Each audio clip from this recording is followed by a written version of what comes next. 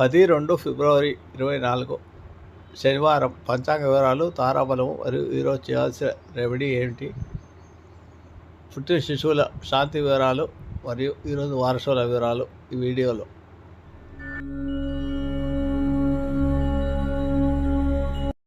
అందరికీ నమస్కారం. Lakkaraju Muralidhar Rao astro and remedies ఛానల్కు స్వాగతం.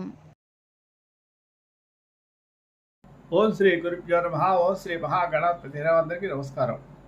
ఈ వీడియోలో 11 ఫిబ్రవరి 2024 ఆదివారం పంచాంగ వివరాలు మరియు తారాబలము, ఈరోజు జపించాల్సిన నవగ్రహ స్తోత్రం ఏంటి, ఈరోజు చేయాల్సిన ప్రత్యేక రెమెడీ ఏమిటి, ఈరోజు పుట్టిన శిశువుల యొక్క శాంతుల వివరాలు మరియు వారసుల వివరాలు ఈ వీడియోలో.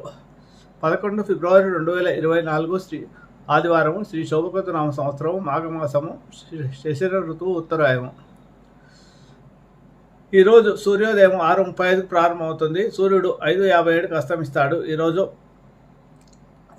శుక్ల విధియ రాత్రి 1:12 వరకు ఉంటుంది. శతభిష నక్షత్రం ఈరోజు నక్షత్రము శతభిష నక్షత్రము రాత్రి 9:24 వరకు ఉంటుంది. ఈరోజు యోగము పరిఘ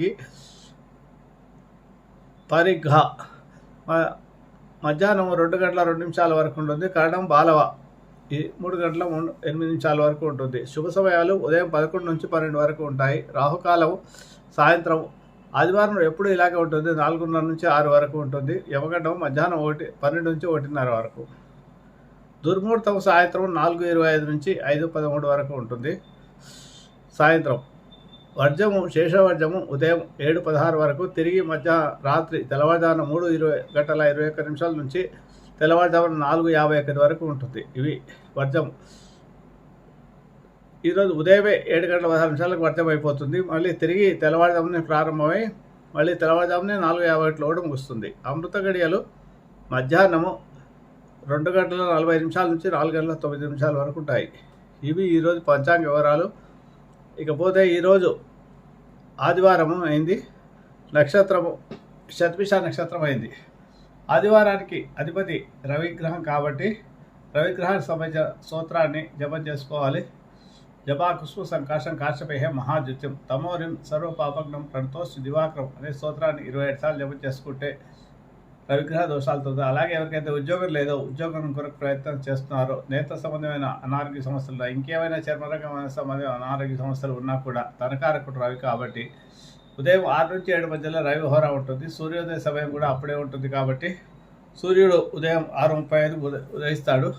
6 నుంచి 7 మధ్య కాలంలో సూర్యోదయానికి ముందు 10 నిమిషాల ముందు ప్రారంభించి ఆదిత్య ఉదయ పారాయణం చేస్తే మీకు అత్యధిక శుభ ఫలితాలు లభిస్తాయి. సంకల్పం చెప్పుకొని ఎవరికైతే ఉద్యోగం లేదో ఉద్యోగ ప్రయత్నాల కొరకు చేస్తున్నారు, అలాగే శత్రుబాధలు ఉండేవాళ్ళు కూడా కోర్టు కేసులు నుండి శత్రువులు చాలా ఇబ్బంది పడుతుంటారు, కోర్టు కేసులకు తిరిగి ఇబ్బంది పడుతుంది. అలాంటి వారు కూడా ఒక 40 రోజుల పాటు ఈ ఆదివారం రోజు ప్రారంభించి సూర్యోదయం కాలంలో 6 నుంచి 7 మధ్య కాలంలో ఆదిత్య ఉదయ పారాయణం చేశారని కూడా సూర్యునిగా చేయాల్సిన ఇంకో ప్రక్రియ ఏంటంటే, మీరు ఈరోజు ముందు రోజు రాత్రి రాగి చెంబులో నీళ్లు తల ఉంచుకోండి పెట్టుకొని, ఆ నీటిని తీసుకొచ్చి సూర్యుని ఎదురుగా ఉండి ఈ ఆదిత్య ఉదయ పారాయణ చేసిన తర్వాత 3 సార్లు సప్తాక్షర తమవడం ప్రచండం కష్టమవుతాం శ్వేతపద్మధరం దేవంతం సూర్యుని ప్రణామం అనే స్తోత్రాన్ని 3 సార్లు చదువుతూ అర్ఘ్యం ఇవ్వండి తులసి చెట్టులో.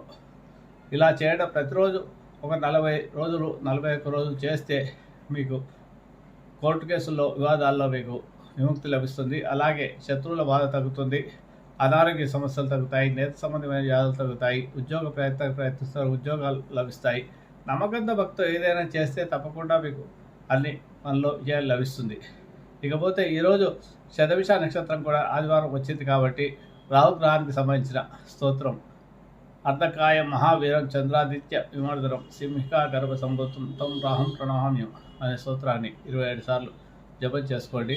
దీనివల్ల రాహుగ్రహ దోషాలు తగ్గుతాయి. ముఖ్యంగా ఈ ఆదివారం రాహుకాలం సాయంత్రం 4:30 నుంచి 6 వరకు ఉంటుంది.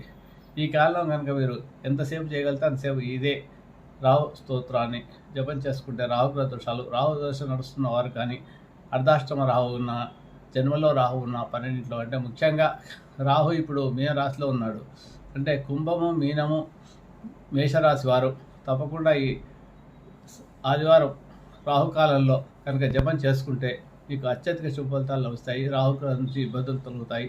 రాహు గ్రహం ఏంటంటే రాహు దర్శనం నడుస్తున్నా కూడా రాహు ఏంటంటే చాలా దురాశపరుడు, దురాశ అని కాదు కానీ ఆశాపరుడు. ఏదైనా అడ్డదారిలో చేయంటారు, అడ్డదారులు మానుకోండి ఎవరైనా చేసేవాళ్ళు అలాంటి దశలు నడుస్తున్నప్పుడు. అలా కోరికలు ఉంటే కూడా తగ్గించుకోండి, ధర్మ మార్గంలో నడవండి. దానివల్ల అయితే అలాగే అడ్డదారులకు ఎవరైతే ప్రయత్నిస్తారో వారికి జరిగేది ఏంటంటే చాలా పైకి తీసుకెళ్తాడు, ఏదో చూపిస్తాడు. ఆ కొండపైకి తీసుకెళ్ళి అంతా దొరికిందనిపించి ఎక్కడి నుంచి కింద పడేస్తాడు, తర్వాత పాతాళంలో పడిపోతారు. కాబట్టి రాహు ఎంత ఇస్తాడో అంత లాక్కుంటాడు. కాబట్టి జాగ్రత్తగా ఉండడం మంచిది. రాహుగ్రహ దోషాలకు ఇంకొక చిన్న రెమెడీ చెప్తాను. అదేంటంటే ప్రతి నెల మీకు వీలైనన్ని బొగ్గులు మీ శక్తి కొద్దీ మీరు ఎంత ఇవ్వగలితే అంత చాకలి వాళ్లకు బొగ్గులు దానంగా ఇవ్వడం ద్వారా మీకు రాహుగ్రహ దోషాలు తొలుగుతాయి. ఇకపోతే ఈరోజు ఇక తారాబలం ఎలా ఉందో పరిశీలిస్తే, మీకు నా వీడియో కనుక నచ్చితే లైక్ చేయండి, షేర్ చేయండి. ఈ వీడియో కింద ఉన్న బెల్ ఐకాన్ను క్లిక్ చేయడం ద్వారా నా ఛానల్ను సబ్స్క్రైబ్ చేసుకోండి. దీనివల్ల మీకు నా వీడియోలు అందుబాటులో ఉంటాయి. Thank you.